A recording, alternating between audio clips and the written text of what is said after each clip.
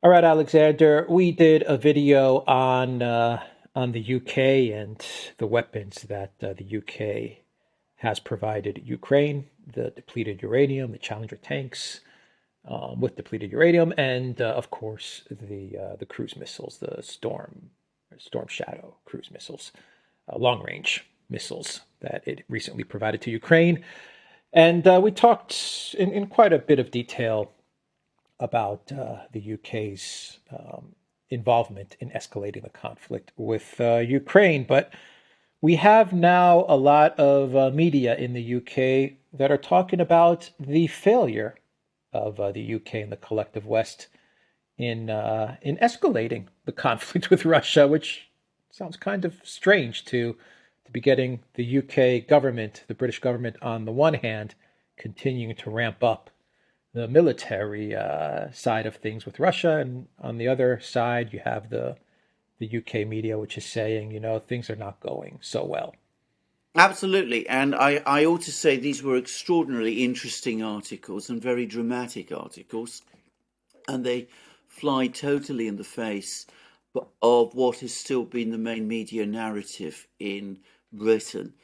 And by the way, they are very bitter. These articles are very, very bitter about what's happened. And they both are about the sanctions. And they come from two very interesting and important media outlets. One is The Spectator. Now, The Spectator is a magazine. It's a political affairs magazine published in Britain every week. It's right of centre. It's very close to the Conservative Party. One of its editors some time ago, its editor some time ago was none other than Boris Johnson. And it has always been politically very close to the Conservatives and to the Conservative government. It's also, by the way, one of the better political magazines in Britain. We're not particularly rich in political affairs magazines, but The Spectator is usually a good read. The other is the Daily Telegraph. Now, the Daily Telegraph is a newspaper I quote from extensively, not because it's the best newspaper in Britain. There isn't such a thing as a good newspaper in Britain anymore, but because also it too is close to the Conservative Party. It too used to employ Boris Johnson as one of its columnists, for example, and it too is believed to be, and actually undoubtedly is, pretty close to Conservative government thinking. Now, both of these articles have now admitted that the sanctions have failed, that the sanctions against Russia have failed, and they do so in very, very bitter terms. Now, the Spectator article actually puts it like this. He says, why the economic war against Russia has failed, and it talks about the fact that the West pursued a two-pronged strategy. One was military support for Ukraine. The other was unleashing, and I'm quoting the words now, financial shock and awe on a scale never seen before against Russia in order to collapse its economy. Now, before we proceed, I do want to make one quick observation. The expression financial shock and awe, to my knowledge, was first made here on the Duran. But anyway, I don't want to dwell on that. Maybe they've come up with the same expression themselves. But anyway, if you remember back in February last year, when they announced the sanctions against the central bank, the Russian central bank, there we were. We said financial shock and awe, and now it's coming up in the Spectator, and they accept that this has completely failed. The Spectator says that the European economies have been badly affected by the economic war, but Russia has come through.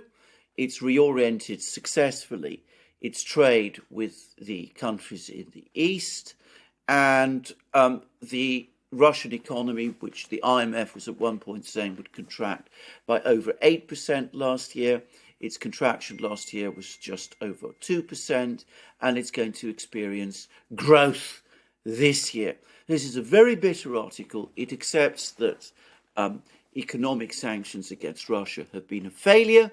It says most of the world didn't support them. It also says that from this point on, the West needs to understand and recognize that the bluff of sanctions has in effect been called. Those are not its words, but that's essentially what it says. It concludes by saying that in future, with the world as it is today, you can't expect, if the West is thinking that in future it can fight wars purely by economic means, it is badly mistaken.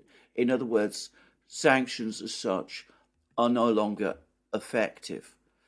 Now, the Daily Telegraph, the article in the Daily Telegraph, which is by a man called Alistair Heath, who is one of its editors, actually goes much further than this. It's actually even more bitter. It says the sanctions, one of its expressions, the sanctions are a joke. They have, in other words, failed utterly. Now, there is a connecting thread. I mean, clearly, if you read the two articles next to each other, you can see that the writers of each of these articles knew about the other. But the other thread that they each have is that one of the reasons why the sanctions have failed, or rather the main reason why the sanctions have failed, is because of China. China supposedly came in and bailed Russia out. And that means that, the Chinese are on this path of world domination. That's very much the Daily Telegraph perspective. But put all that aside, the world didn't unite behind the West in its economic war with Russia. The West by itself is no longer strong enough to impose its will on countries like Russia through sanctions. Maybe it could short time ago, but it doesn't have that strength by itself anymore. There are now alternative centers of economic power, and Russia has come through. Now, these are startling admissions coming in such outlets in the British media.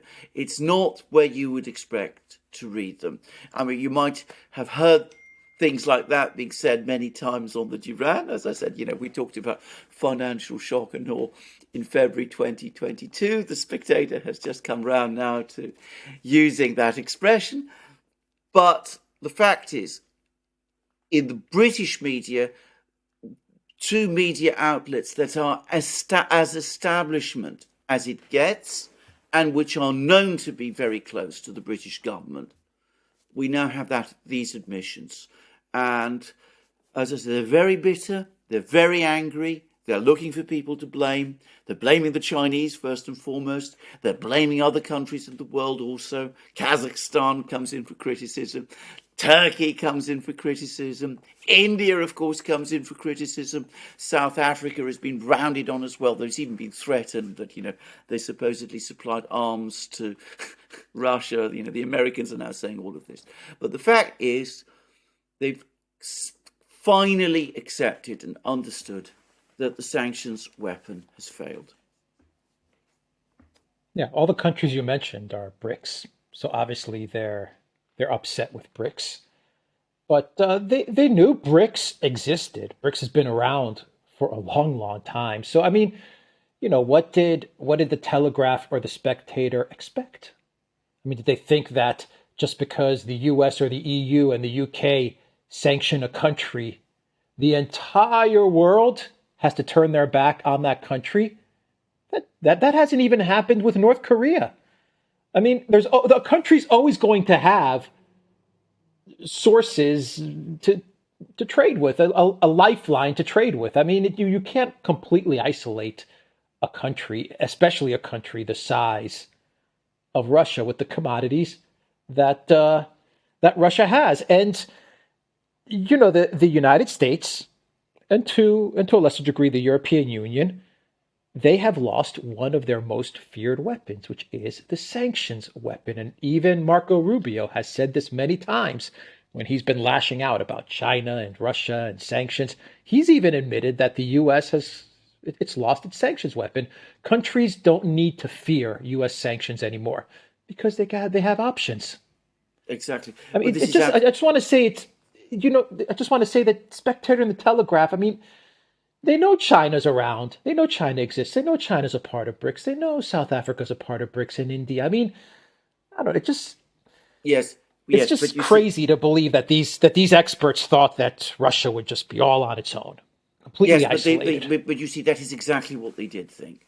And this is where, following, tracking British political discussion and thinking, and remember, British political discussion and thinking is enormously influential among some people in Washington as well. See, I mean, the two integrate, follow each other. Sometimes things you read in Britain are things that are thought in America as well. But the assumption, the overwhelming assumption was if the United States, Britain, and the European Union and Japan all impose these sanctions on Russia, the rest of the world would have no choice but to conform.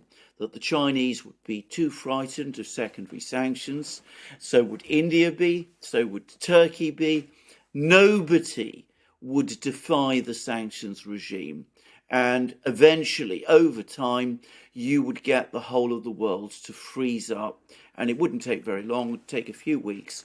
And besides, in the case of Russia, please also remember that they assumed anyway that the Russian economy was a small country, smaller than Italy economically. It was a house of cards, the gas station masquerading as a country. They internalized and believed all of these things. So, first of all, Russia is not the gas station masquerading as a country. That already is a big shock.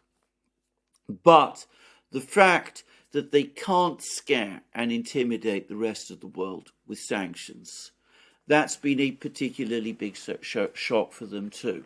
And that explains the bitterness and anger in these articles, because they're now faced with, and this isn't just Marco Rubio, who's a Republican, remember, he may be a neocon, a rhino, and all of those things, but he's not a member of the US administration. The Spectator and the Telegraph are much closer to the British government. They now are faced with a situation where they cannot conceal from themselves the loss of power, their overall loss of power. And that's made them very angry, and it's very bitter. And it explains, by the way, why in their anger they're going on supplying things like Storm Shadow missiles and all those things. There are two heroes from the Russian side of things in this sanctions war. One of them is obviously the the Ministry of Finance, the economic side of things, Yes. Nabulina and Yeah. the job that she did. Obviously, she did an incredible job Yes. in maneuvering to keep the Russian economy on track. And Yes. we've talked about the job that she's done, and you've got into great detail discussing the Russian economy. But there's another hero in this economics sanctions shock and awe war that the collective West waged on Russia. And we've said this, we've mentioned this a couple of times in videos in the past, but that has to be the foreign ministry, the Russian foreign ministry. It really did an incredible job of adjusting to the changes and the circumstances and keeping 80% of the world on side with Russia. Yes. And that's going to be the next shoe to drop, in my opinion. I'm waiting for the Spectator to write an article to say, we're actually 20%, and Russia and BRICS, they're actually 80%. South America, Africa, most Yes. of Asia, that's 80%. And we're the ones that are kind of isolated. I don't know when that article is going to come out, Well, but it will come. I mean, who knows? Yeah. in the US, which still has a much more open media environment than Britain does, despite everything, you're starting to see some admissions about that. I mean, they appear in places like this Zero Hedge, of course, are already reporting it in the US, but you're starting to see other places, the National Interest, those sort of places, they're starting to talk about it a bit too. In Britain, they haven't yet faced up to it, but eventually, of course, they will. And if they find themselves forced to admit that instead of isolating Russia, they've been isolated themselves, I mean, that's going to be very, very difficult. The British political class will be shocked by that, because they've become very accustomed to believing themselves to be, the centre of the universe. I mean, you have to live in London to know the extent to which this is so. Yeah. Is Sunak in trouble? Yeah, I think by every objective measure, he ought to be. He is not popular. He leads a government that is very unpopular. It is failing at every conceivable level. Our economy is stagnant. I mean, that they've been talking about the fact that we avoided a recession this first quarter, which I think would surprise a lot of people who actually live in Britain. But anyway, they're claiming that they've avoided a recession, but in fact there's no growth at all. And in March, there was even a contraction. Food prices are rising at spectacular speeds, 17 to 18% officially, probably more in reality. So everything should say that the Conservative government is deeply unpopular, and that Sunak himself ought to be unpopular and ought to be in danger. The problem is that the alternative, and we talked about this already, which is the Keir Starmer-led Labour Party, which, to repeat again a point I made in previous programmes, Starmer is the establishment's preferred choice of Prime Minister. I mean, they would rather have a Starmer-led Blairite Labour government at the moment than they would have a Conservative government, even one led by Sunak. He is the person they particularly want to get. But the fact is, he's flopped. He's not very liked either. So, yes, Labour has a lead in the opinion polls, but there doesn't seem to be any real conviction behind it. So, the very fact that Starmer hasn't been a success is keeping Sunak there, because he isn't really under the kind of pressure which at this point in the political cycle he ought to be. The latest opinion poll, by the way, is again showing the Labour lead over the Conservatives falling. And this isn't because the Conservatives are popular, it's because support for Labour is melting away and is basically filtering off to the Greens. All right. The Duran.locals.com. We are on Rumble and Rockfin, ODYSEE, BitChute, and Telegram. And go to the Duran shop, 10% off. Use the code GOODDAY. Take care.